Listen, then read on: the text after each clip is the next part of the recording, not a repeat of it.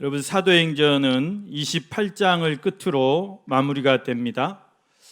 그런데 미완성 마무리라고 할 수가 있습니다. 왜냐하면 다른 성경은 다 끝나는 부분이 마무리가 확실합니다. 그 느낌이 그렇다는 것이죠. 예를 들어서 마태복음 28장 이 마지막 절이 마태복음 28장 20절인데요. 이렇게 마무리를 하고 있습니다. 내가 너희에게 분부한 모든 것을 가르쳐 지키게 하라. 볼지어다 내가 세상 끝날까지 너희와 항상 함께 있으리라 하시니라. 예수님께서 제자들에게 마지막 위대한 명령을 주시면서 내가 너희에게 분부한 모든 가르쳐 지키게 하라. 내가 너희와 항상 함께 있겠다. 얼마나 편안한 마무리입니까? 끝나는 것을 알 수가 있겠죠. 마가복음도 마찬가지입니다. 마가복음은 16장으로 되어 있는데요. 16장 20절이 마지막 절이에요.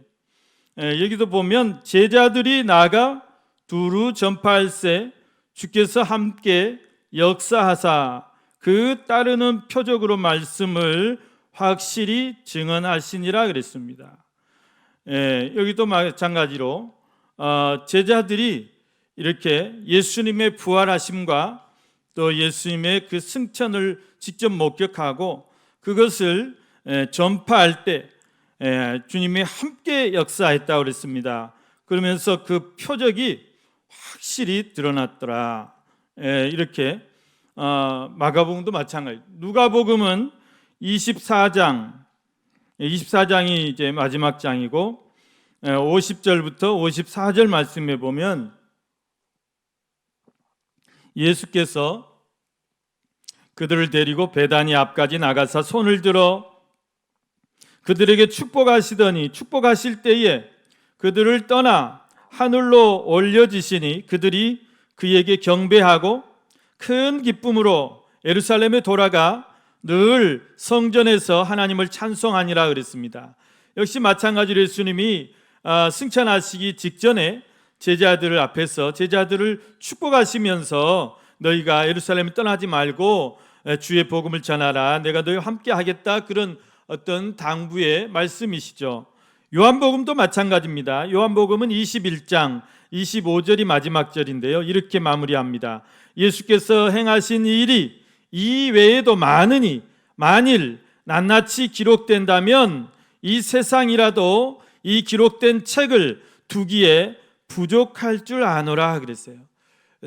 사도 요한이 예수님의 행하신 모든 일들 그 기적과 이사와 이제 예수님의 말씀을 이걸 내가 낱낱이 기록한다면 정말 이 세상에 쌓아둘 것이 없을 정도로 그렇게 많을 것이다 그 말이죠. 요한복음에 기록된 것은 그 가장 중요하고 의미 있는 그런 이제 몇 가지를 기록했다는 그런 말씀입니다.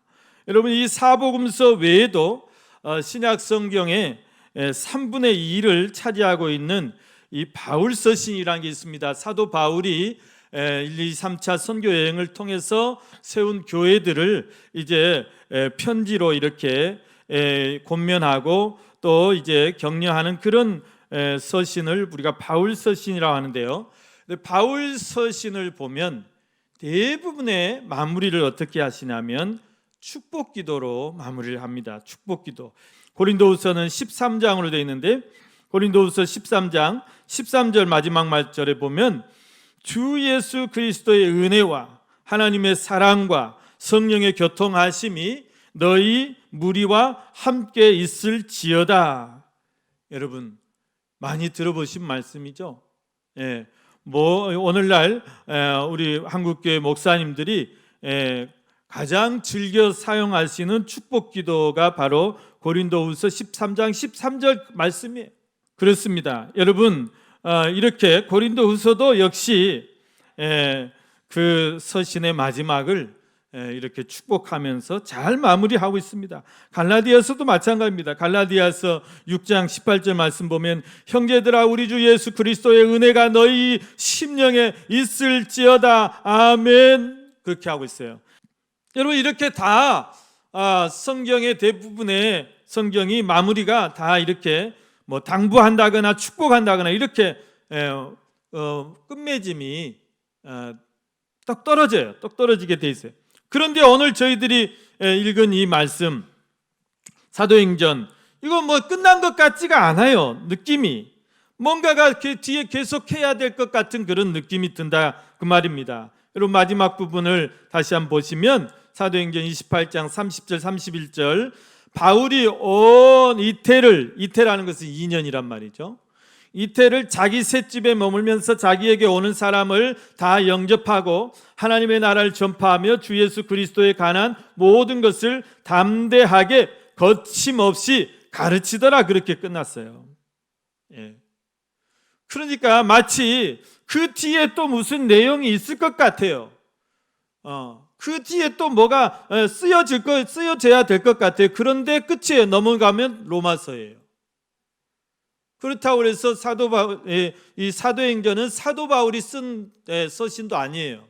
이거는 사도 바울을 따라다니면서 이제 사도 바울의 주치 역할을 했던 누가라는 의사분이 쓰신 그 성경이 사도행전입니다. 누가라는 분은 누가복음과 사도행전을 이렇게 쓰셨어요. 그러니까 이게 사도행전과 로마서는 전혀 별개의 책이죠. 로마서는 로마에 있는 성도들에게 교회에게 사도 바울이 쓴 편지지만 이 사도행전은 누가라는 그 의사가 이 사도 바울 일행을 따라다니면서 자기가 직접 보고 또 경험하고 또 체험한 그런 교회의 역사, 선교의 역사, 성령의 그런 역사들을 생생하게 기록한 책이 사도행전 아닙니까? 그러면 오늘 이 사도행전은 우리에게 무엇을 암시하실까요? 어떤 메시지를 줄까요? 오늘 결론을 한번 맺어보겠습니다. 여러분 바울의 삶을 우리가 한마디로 말하라면 바울은 선교의 삶이었다. 바울의 삶은 선교의 삶이었고 복음의 삶이었다는 것입니다. 여러분 우리가 바울 사도에게서 배워야 할 것이 바로 이거예요. 선교의 열정, 복음의 열정이라는 것이에요. 물론 바울은 굉장히 뛰어난 사람입니다. 아주 수사력과 또 논리력이 뛰어난 사람입니다. 글도 잘 쓰는 분입니다. 학식도 풍부한 분입니다. 그런 것보다도 우리가 바울 사도에게 배워야 될 것은 바로 이 선교의 열정과 복음의 열정이다. 여러분 사도 바울은 부활하신 예수 그리스도를 만나고 성령을 체험한 뒤로 그가 이제 이방인의 사도로 부름을 받고 그가 안디옥 교회에서 최초의 선교사로 파송을 받습니다. 그래서 1차 선교, 2차 선교, 3차에 걸친 이런 세계 선교를 성공적으로 완수하고 이제 마지막으로 바울이 꿈꾸는 게 있어요. 누구도 생각 못한 일을 바울이 생각하고 있어요. 그게 뭐냐면 로마의 황제에게 당시 세계를 지배하고 있는 로마라는 나라의 가장 이제 높은 로마의 황제에게까지 복음을 전하기 위해서 로마로 가고자 해요. 로마로 가고자.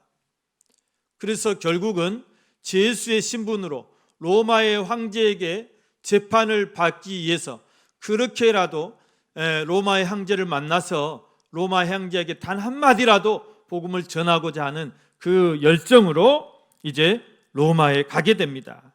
로마에 가게 됩니다.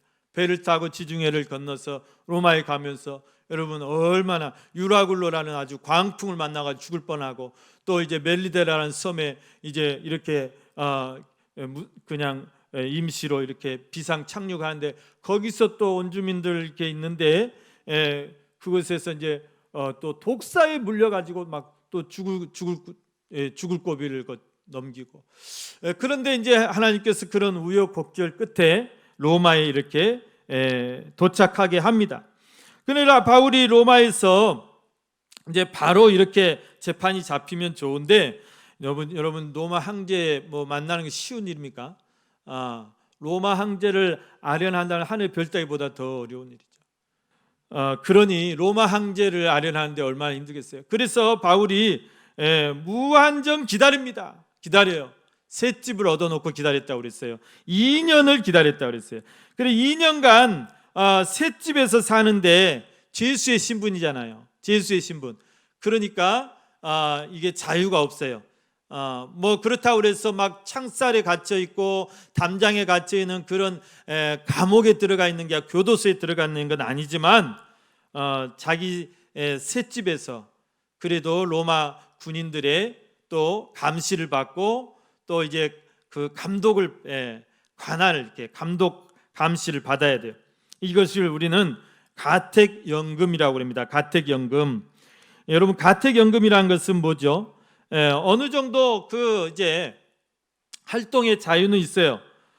그런데 그 집에서만 해야 돼요. 그 허가받은 집에서만, 거기서만 뭐 마음대로 이제 왔다 갔다 할 수 있고 TV도 볼 수 있고 밥도 해 먹을 수 있고 그래요. 그러나 그 밖에서는 항상 자기를 감시합니다. 그리고 외부로 나갈 수가 없어요. 밖으로 나갈 수가 없어요. 그냥 허가된 사람들만 이제 면회를 신청하면 그 사람들만 와서 잠깐 면회하고 갈 수만 있어요. 그러니까 여러분 그런 이제 감옥에 갇혀 있는 것보다는 낫겠지만 그래도 창살 없는 감옥이죠. 감옥 생활이 감옥 생활. 자유가 제한되어 있는 그런 생활입니다.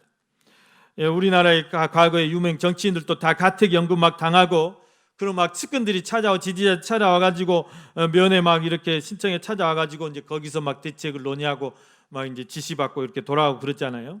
그래서 바울도 마찬가지요.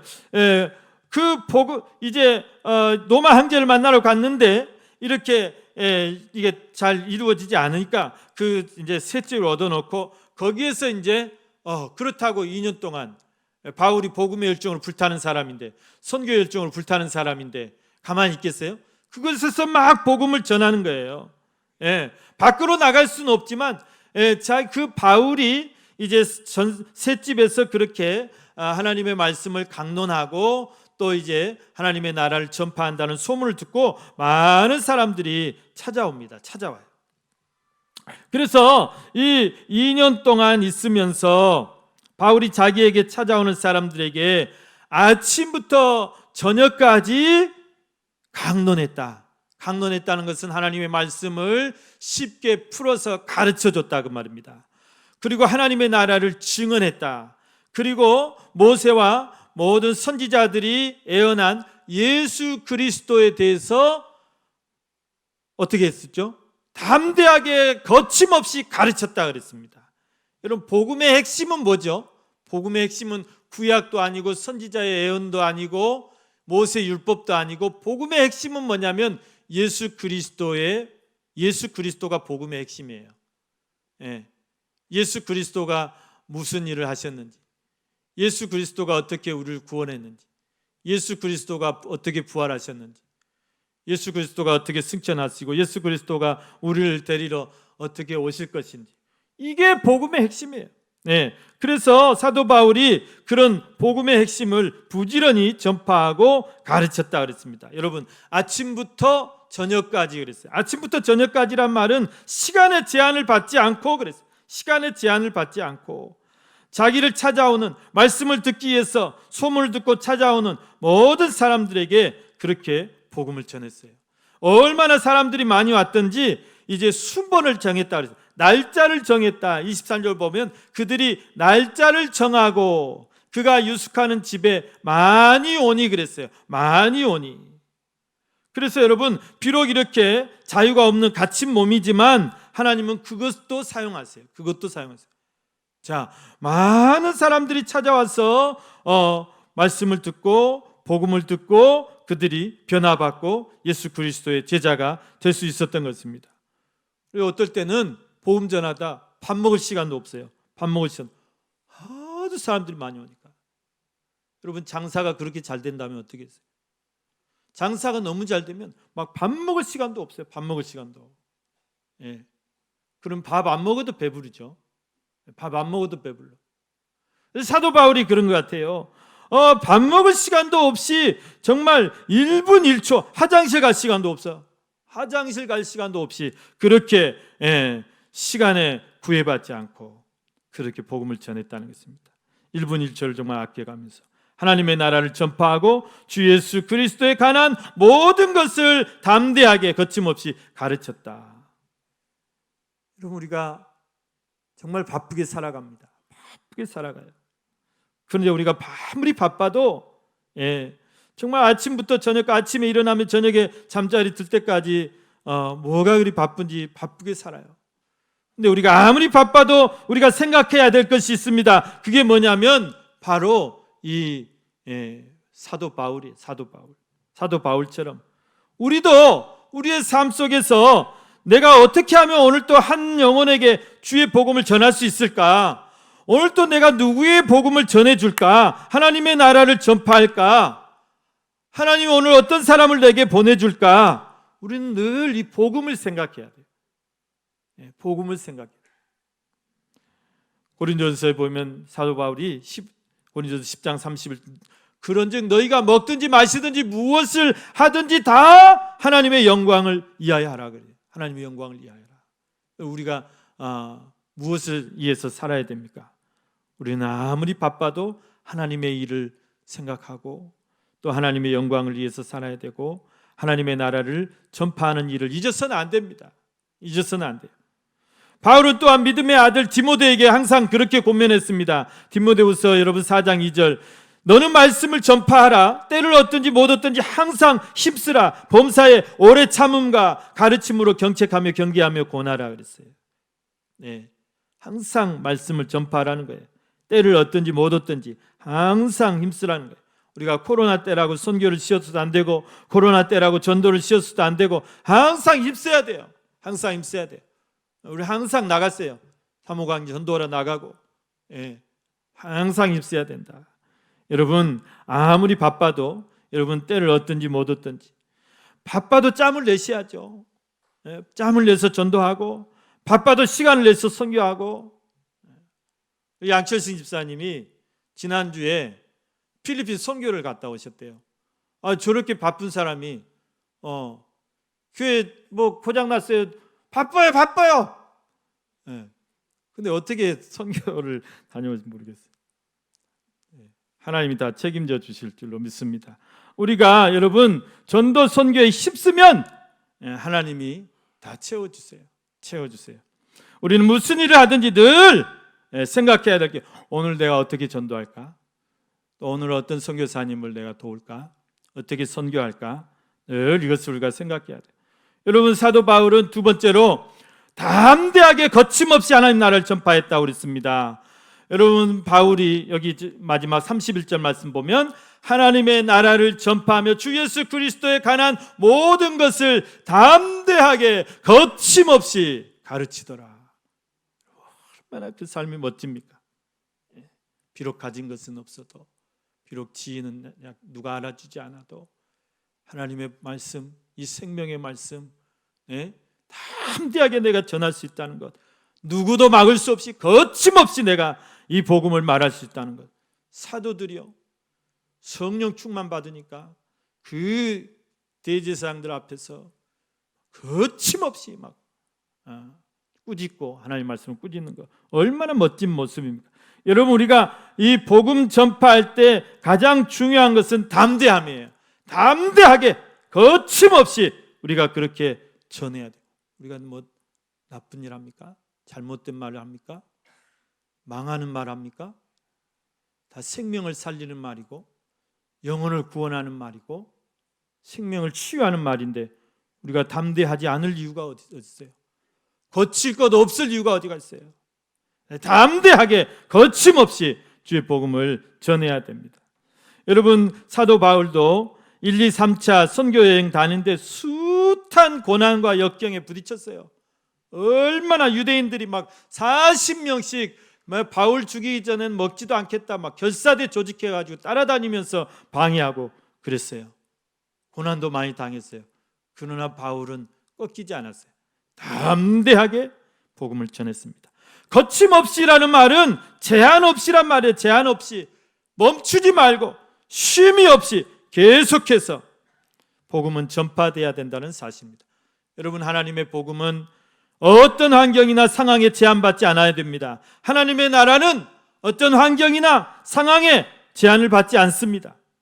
바울도 로마에 와서 그냥 조그마한 새빵 하나 얻었지만, 그리고 비록 로마의 군인들이 막 그냥 24시간 감시하는 그런 연금된 몸이지만 그 좁은 공간에 제한받지 않았어요. 오히려 밖에 나가서 전도하는 것보다 더 많은 전도의 열매를 맺었어요.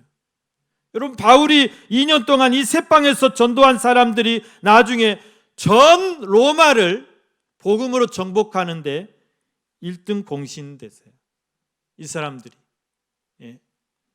여러분, 여러분의 삶의 공간이 어떠하든지, 여러분의 환경이 어떠하든지, 여러분의 형편이 어떠하든지 그것에 여러분 제한받지 마시고 담대하게 거침없이 복음을 전파하시길 바랍니다.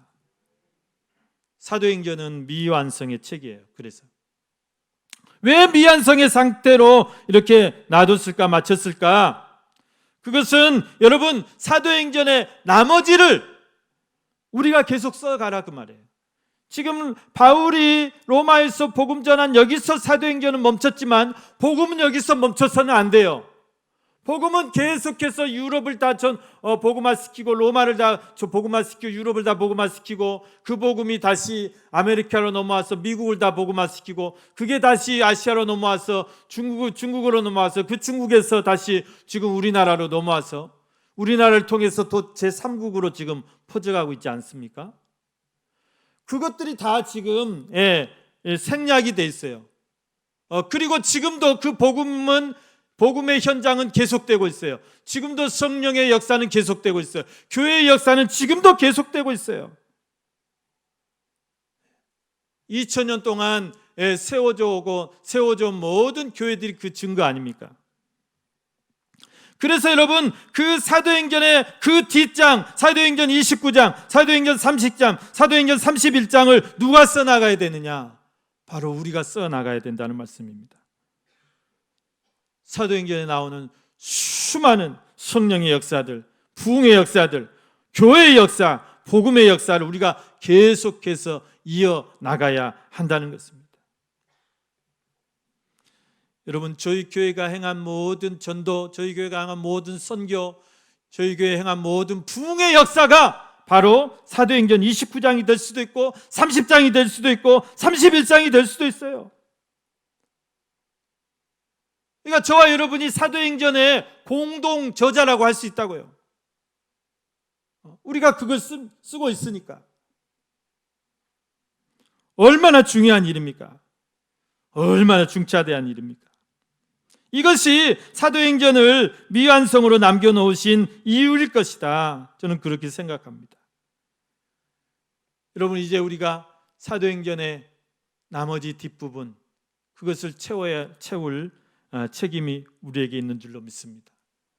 여러분, 한 주간 여러분이 사도 바울의 그 복음의 열정으로, 그 구령의 열정을 가지고, 그 선교의 열정을 가지고 우리가 부지런히 복음 전하고 또 담대하게 거침없이 하나님 나라를 전파하시면서 저 여러분이 다 사도행전 29장의 역사를 써나가는 그런 주인공들이 되시기를 주님의 이름으로 축원합니다.